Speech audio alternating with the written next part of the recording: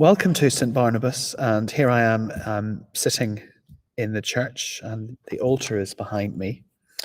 St. Barnabas, Jericho, has always been known as a smells and bells church, with its excellent music and excellent preaching and wonderful worship.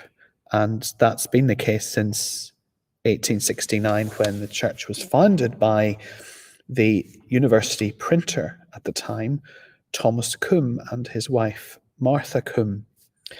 And they financed the building of a brand new church for Jericho. At that time, the church was heated by coals underneath the floor, and it was lit by gas. The gas at that time, we are told, was subdued and uncertain, with flickering gas jets casting strange shadows in the dim religious light. Jericho those days was a very different place in many ways, although the geography and the housing looks pretty much as it might have done then, by and large, with a few exceptions. It was Thomas Combe's intention, when he built the church, to bring the beauty of God to the very poor people who lived here. In particular, that there should be religious instruction for the boys who worked in the university press. The first vicar, however, at the time, was none other than Father Montague Newell, and he arrived as a very young priest, only 30. And he was here for more than 30 years as vicar. And he had a much wider vision even than Thomas Combe, who founded the church. Montague Newell was a formidable character in many ways. He thought that the church should be the center of everything, of worship, of education, and of amusement as well. And under his direction, and with the enthusiastic assistance of other clergy who lived in the vicarage, which is still the vicarage in St. Barnabas Street, they built up an entire social network which came out of the parish. In those days, there was the St. Barnabas Cricket Club, initially formed by the choir, as it happened. That was established in October 1872. There was a St. Barnabas Football Club, both men and boys teams. That came into existence in around January 1882. And that came and existed until well after the Second World War. There was even a rugby football club. And in addition, there were lots of religious guilds which provided social networks and educational opportunities. There were also devotional societies and other social groups, in particular a working men's club, a glee club, whatever that is, a temperance choir, a penny readings group, music recitals and dramatic performances. But one of the most interesting things about my predecessor, Father Montague Newell, as first vicar, was that he acted for the whole of the community as an amateur dentist. Because, of course, in those days, there was no NHS. Medical fees had to be paid by yourself. One parishioner recalled the following. Father Montague Newell developed a hobby for tooth extraction. He procured a set or two of forceps, and for a good many years was the principal dentist for the parish, not only for boys and girls, but for adults too. Many who feared a dentist would not object to have a tooth out unofficially. It was wonderful, too, what luck Father Montague Newell had. Almost invariably, the extraction was a successful one. Well, I'm not going to try my luck at being a dentist, but it is interesting how much in those days the church provided for the community. Of course, one of Jericho's best loved events every year in normal times is the Jericho Street Fair. That, of course, also started with the church. That can be traced back to the early 20th century, when the vicar at that time, Father Cyril Hallett, suggested that the parish might put up decorations to celebrate St. Barnabas Day. So that's why the street fair is on or around St. Barnabas Day each year in June. That was really the determination of the clergy to make the church the focal point of the community, the gathering place, if you like, for the community. But there are two big things which the church also provided for the community of Jericho, which again continue today, where the cricket club sadly has fallen out of favour, but it might start again, you never know. The first is, of course, the school.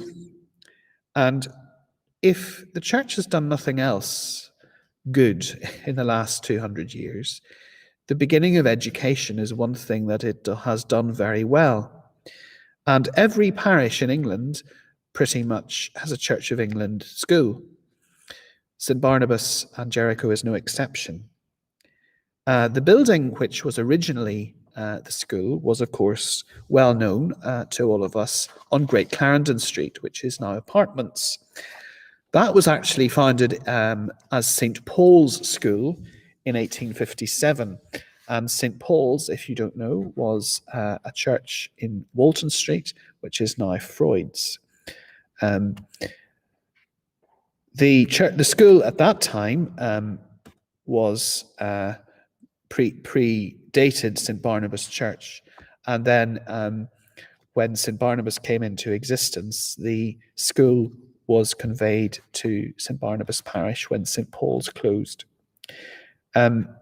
Now, the buildings were quickly found to be not good for purpose and deficient, and so the building was improved.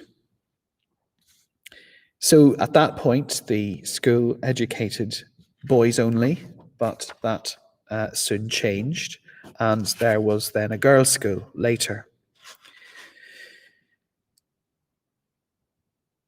In the Oxford Journal of 1870, we read this: "The schools are much needed in this populous neighbourhood, as there is at present great difficulty in meeting the requirements for education among so large a number of children living here." The first thing was the school. The second was, of course, the institute, now better known as the community centre, but still referred to as the Jericho Institute, St. Barnabas Institute. That began life in 1890 and was built to replace cottages on the corner of Cardigan and Canal Street. So the institute was then become the centre of community, of education for outside of school. It was to become the place where people gathered socially.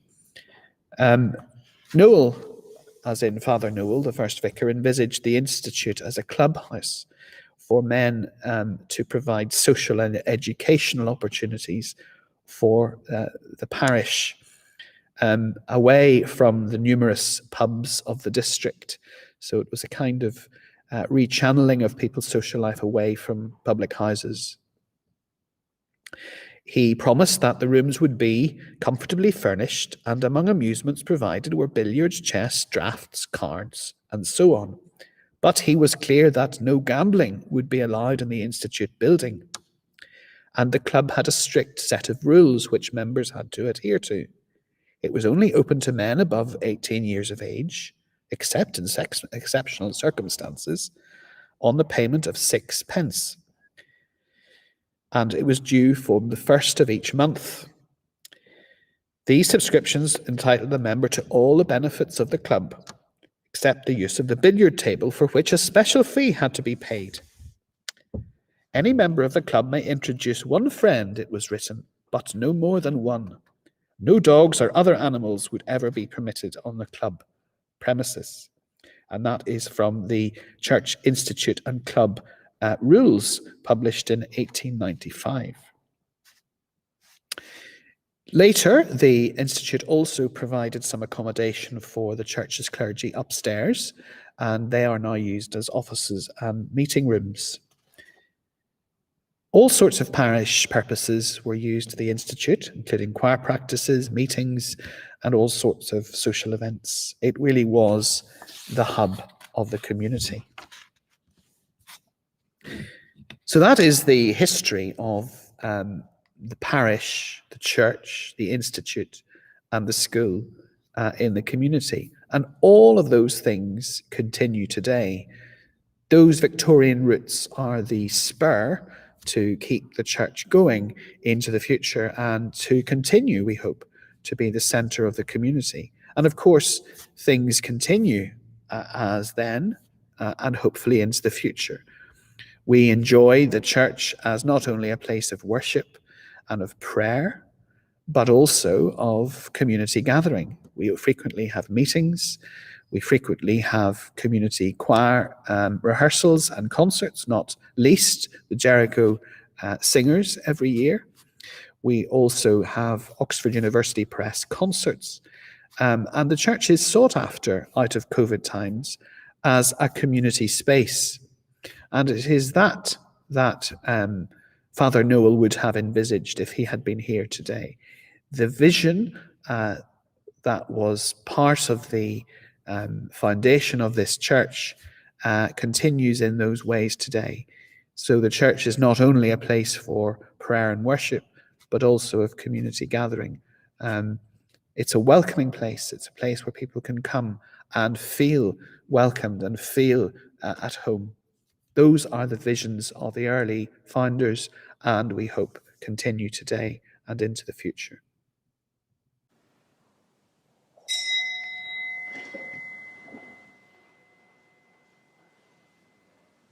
Hear us, O Lord, have mercy upon us, for we have sinned against thee. Holy Redeemer, on thy throne of glory, lift we our weeping eyes in holy pleading. Listen, O Jesus, to our supplication. Hear us, O Lord, have mercy upon us, for we have sinned against thee. O thou chief cornerstone, right hand of the Father, way of salvation, gate of life celestial, cleanse thou our sinful souls from all defilement. Hear us, O Lord, have mercy upon us, for we have sinned against thee. God, we implore thee, in thy glory seated, bow down and hearken to thy weeping children. Pity and pardon all our grievous trespasses. Well, Christian, that was fascinating. You've now been here for 2 years. That's right, 2 years to the day, or the Sunday, yes. How do you see your role in the community? I see it in two ways, really. First of all, primarily I'm here as a vicar to be a person who leads worship, who prays for the community, whether it's people who come to church or not, but it's also to lead the congregation in prayer and worship. So it's first of all to be a vicar, as you would imagine, a person of prayer. But it's secondly to be a person within and for the community. So very crucially, a vicar has always been someone who's for the parish, not just for the church, not just for the congregation. And that's quite hard to get your head around unless you're actually a church person. But the vicar is the vicar of the parish. So anywhere in the geographical area, I'm the vicar for. So anybody can come to me and ask for help or ask for advice. It's not just church-going people that are welcome. It's everybody. So there's very much that element of being a centre of community to give people a voice. So, for example, some of the things that I am involved with by being vicar here are giving opinion on the low traffic neighbourhood, giving opinion on the boatyards, giving opinion on any kind of community events. People ask my advice or my thoughts. Of course, it's sometimes very difficult to give an easy answer because there are so many different voices that push their opinions forward. So you have to assimilate a variety of views to come to a kind of reasonable conclusion. Now, every congregation is about 50 or 60, isn't it? Are you disappointed? Would you like to see it more than that? You mean numbers-wise? Yes. Come to church. I think numbers doesn't really worry me too much because it changes throughout the year. Sometimes we get more than that. Sometimes we would get 100, maybe Easter and Christmas. People come for all sorts of different reasons. I think ultimately, of course, we want more and more people to come because I think that the church offers something that nothing else can provide. Faith offers something that nothing else can provide. Of course, I believe that. But God can be experienced in many different ways throughout life. But ultimately, yes, if we could have more people come to church, that would be really wonderful. The church was built to seat 1,000 people. It's quite hard to imagine that these days. But yes, 1,000 people technically could fit in here at a squeeze, certainly not socially distanced. And now, the church is a mystery to quite a lot of people in Jericho. What invite would you give to them in terms of coming to see the architecture and things like that? Well, I would say just come in. The church is open every day. You don't apart from when it's dark. Basically, we keep it open from 8:30 in the morning to dusk every day, and it's completely open. And you can just walk in, have a look, sit down, have a prayer, and just be yourself. Quite often, I'm here, and I'll talk to people if they want. But sometimes people just come in and have a sit down and then reflect and then walk out again. But it was only really since the reopening of the church after the first lockdown that we opened every day, all day. So really just from July 2020.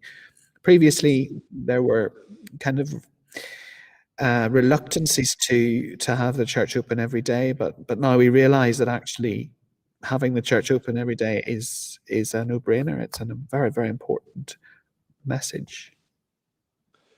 Last question for me. You've been here for 2 years now. How's your view of Jericho changed? It's an interesting question. Before I came, I had no kind of thoughts or expectations of it beyond what I discovered through my interview.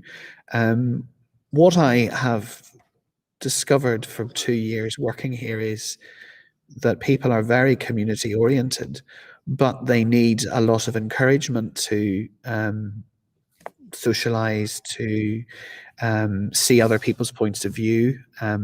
When you're living in a quiet neighborhood like this, you can almost always be very comfortable in your own viewpoint. But because of the nature of the world today, we always have to be aware of someone else's point of view or someone else's worldview, if you like. And even though it's a quiet neighborhood, it's still very, very transient. I'm struck even on the street in which I live that every year brings new tenants, new students, new academic workers, new families. Those are very, very interesting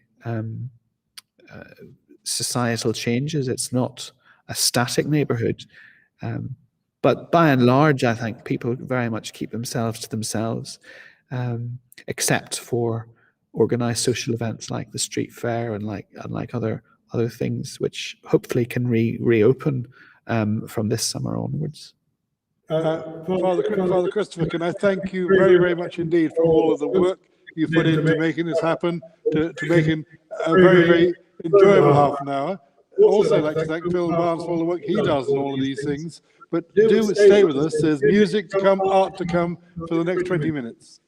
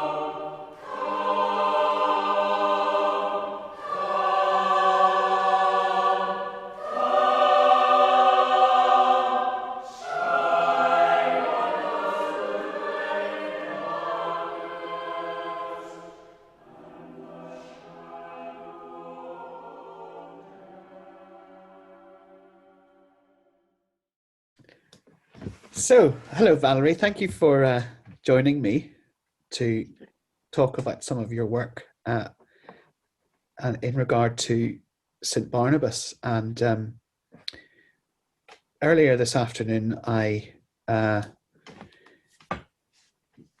talked to John Mair about the history of St. Barnabas and about its impact in the community since its foundation in 1869.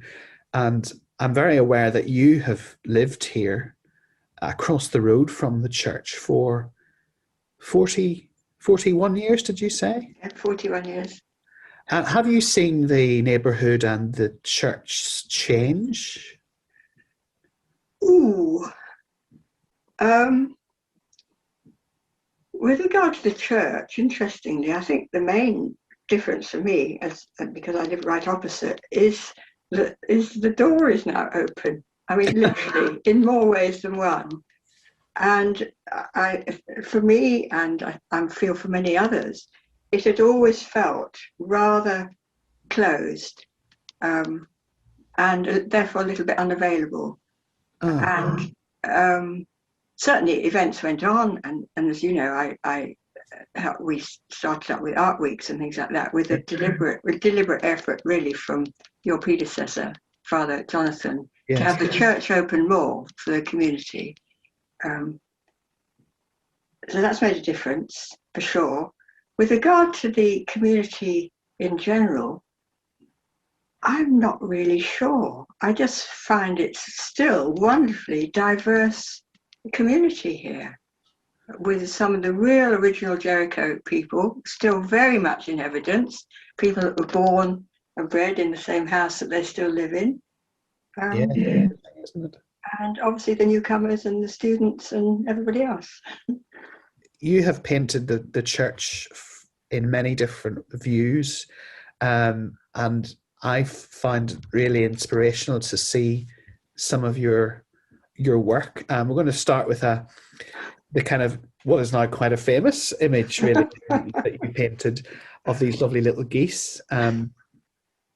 And we named this the ones that got away at Christmas, and we used it as a Christmas card, and it was really successful. Lots of people bought it, and you've kind of painted the church and painted Oxford and Jericho and Port Meadow, especially, as we'll see later, throughout the seasons. You really captured the seasons, haven't you? Well, in a way, I think Port Meadow, as much as anywhere where you've got a lot of space and water that comes and goes and sky, you're really going to be very aware of the seasons, actually. Yes. This is obviously winter, Christmas, and this was painted before Castle Mill apartments were built, isn't that right? That's right. I think it's about 2010, if I remember rightly. Wow. Yes. And here's some of your study of the geese, that you capture their characters so well. They're such interesting creatures, aren't they? No, I think they are, actually. Yeah, I think they really are. And this is another winter scene. Yeah. Now you can see not only St. Barnabas, but you can see all of the dreaming spires of Oxford. Yeah. Now this looks to me as if it's Port Meadow slightly flooded. Is that right? No, it's just the position. So I'm standing on the meadow side, almost opposite where the perch is, I think. Oh, yes, of course. Where, but no, I don't think that's flooded there. But the river just is very wide at that point. Yeah, it's beautiful, light, winter light. And this one, the next one that I only discovered from you ago, is this from Willow Walk, isn't that right? Willow Walk, that's right. I think most people know where that is. As you leave the little car park, instead of going right across the meadow, you take that little route through a gate and down. That's actually Castle Mill Stream down there, isn't it? Yes, I just love the light in front of St. Barnabas there. I mean, it's just so mystical and so captivating. It looks as if it's early in the morning, but it's a very much a winter light at Christmas. It is, isn't it? Yes. Almost the sun not quite rising at all. No, that's right. You never really know what you're going to see till you go out there. I used to be more diligent than I am now and go out early mornings when I knew there'd be a lot of mist around and magic, really. Now, this is another lovely magic one. This is moving more into spring, in fact, I think. Yes, it probably is, because that's, as recently, it's when we get the most of the flooding, actually. Yes, it's sort of February time, is it? Yeah. And that's taken down from right by the Trout pub, where at the end of there, as you go towards the meadow, they've got sort of, I think it's St Edward's School, actually, boatyard, with lovely views from there. You can just see St Barnabas here. You can, again, that's before the buildings went up. So you've captured a view that no longer exists. Yes. And now this is a photograph that you gave me. This is from the top of St Barnabas Tower. Yes. And that's obviously Port Meadow. Yes. Now, did you take that picture, do you think? Or? I did, and I have sorted out the dates of this. It's when scaffolding went up on the tower for virtually 2 years, between 96 and 98. Gosh. And inevitably, I got a little bit friendly with the builders who they were plastering the whole of the tower, weren't they? Yes. Proper lime plaster, traditional lime plaster. And so they let me go up there, and I took these amazing pictures from all around in every direction. Now, this is one of yours, and in fact, I think, if I'm not mistaken, this was turned into a postcard. Yes, now there are two very similar. And I have a feeling, I can't remember now where this is. I don't think this is your church postcard one. I think I looked this up. Oh dear, I can't remember her name. It was painted as a leaving gift for a headmistress at school. Early 2000s. Jane Thomas? No. No. I could run off and look it up because I've got it written down somewhere. Someone who's watching will remember. Well, I bring this up because but when I was appointed here 2 years ago, in fact, almost exactly to the day, 28th of February, I was installed here. Before I arrived in Oxford, I got this lovely postcard from Maggie Ellis, which was a postcard with your work on the front of it. And I just had this hugely warm feeling when I got that postcard that this was a community I really wanted to get to know, and of course then you're the artist, and I wondered at that point, who is the artist that did this? I wonder, does she live near the church? I wonder, will I meet her? And then another very well certainly known picture that I associate with you is you can see the Bookbinders in there too. Yes. And that really captivates another aspect of St Barnabas from the Canal Street end. I'm pleased to say, actually, that was another one that was done purely for fundraising for the church. Oh, wow. That's amazing. Yeah. As a very nice edition print. Yes. Yeah. And this is one, just a little selection of different sort of lozenges of work. So you've got then there's the old school there, and the church, and the St Paul's, of course, which is now Freud's. Of course. And then the Bookbinders. Is that Bookbinders there? That's yes. And the canal. Isis Lock Bridge, that is. And dear old Auto Works that many will remember there on Canal Street. Yes, and that's the Observatory in the top right. Yes. Yes, wonderful. And this beautiful spring one. Now we're moving into really spring and summer now, and in terms of the colours, and this was painted for one of my predecessors, I presume. It was. Isn't this interesting? The ones that you've. I want to say to the public, I didn't actually know what you had chosen to show, so I find this quite interesting. Yeah, that was for Father Michael Wright. His leaving, was it his leaving gift? Yes. Yeah, beautiful. Yeah. Well, where is this from? Well, it's from Worcester College. You can't see that. You can't see that view at all now. I mean, trees are all very lovely, but if they're just all left, they obscure these views. And then there's this one which I have really fallen in love with, and All right. this is good. Purely of the church Yeah. from Yeah. the other side of the canal. Yeah. And this is oil, is it, or watercolor? No, it's just a sort of sepia paint, sepia ink, really. Sepia ink, yes. Yes. This is my brief Van Gogh period. Again, I don't recognise some of this because it predates me, because the auto workshop's not there, but you've told me that where it is exactly. So yes. But the colours in this are very vibrant. Yes. Well, it was really done partly as a colour exercise, really. I actually copied a Van Gogh painting when I thought my paintings were getting a bit dull. And then straight afterwards did this. So what makes you change either medium, whether it's watercolor, oils, or style? What is it? Just a sort of inspiration that you get? I think it's a mixture of feeling a need for change, which I think we all do that because you get kind of mechanical and dull and boring if you kind of keep repeating the same stuff all the time.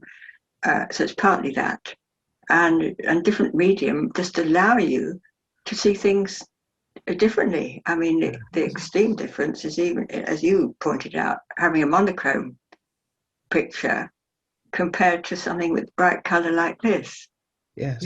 But then when you use bright colours like this, you really have got to sort out what sits happily next to which one and how much of each one in the picture. Otherwise it goes towards garish. Yeah. Now, we've talked a lot about the neighbourhood, the outside, the tower, but we haven't talked about the inside of the church. And here's a lovely photograph of the inside of the church, and this was taken actually by at my institution by the photographer who came, and the light has been captured very well, I think. Amazing, isn't it? And I think you and I have talked a lot about the apse, the dome apse, and the Christ in Majesty. And I've actually written a little piece for the Jericho Matters magazine, which is coming out around Easter time. Good. With a copy of this photograph, and I've explained a little bit about what I see when I look at that picture of Jesus in Majesty. It's in some ways a very old-fashioned patriarchal image of God. I mean, it's not showing God the Father, it's showing Jesus as king, as priest. But he's sitting on a rainbow, and his feet are firmly in the water of the sea, and he's sitting solidly in a space that's turning, and the apse gives a huge movement. If you're standing underneath it, you get a bit dizzy because it's like one of those time-lapse camera views of stars at night, and it's just the blue and the gold are extraordinarily striking, I think. You've stopped painting for a while. Have you started again, or have you still a retreat from painting? No, I'm not in retreat. I'm not quite sure where I'm going. I'm doing. Now I've got quite motivated by things, but quite differently. I've actually did a little bit of sculpting of the human figure last year, and already for almost 2 months I've been doing an online oil portrait painting course, which I've found marvellous. And I've got really, again, if you get the right teacher who gives you a system, you're away, really. It's and this is what this bright young man has done, and I'm just loving painting portraits, which I never thought in my life I would do, really. Fantastic. So it feels a bit like an open book at the moment, really. That's wonderful. We'll wait and see what's in it.